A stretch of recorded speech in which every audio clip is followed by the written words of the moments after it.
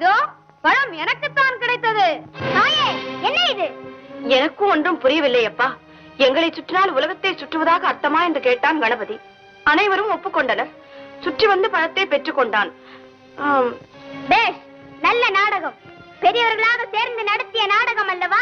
மிகவும் அழகாக இருக்கிறது. மிக்க மகிழ்ச்சி. நான் வருகிறேன். முருகா, எங்கே போகிறாய்? எங்கோ போகிறேன்.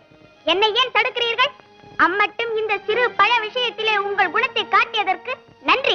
வருகிறேன். குமரா, நெல். பதட்டத்தில் தவறான முடிவுக்கு போகாதே. தாய் சொல்லை கேள். கேட்க மாட்டேன்.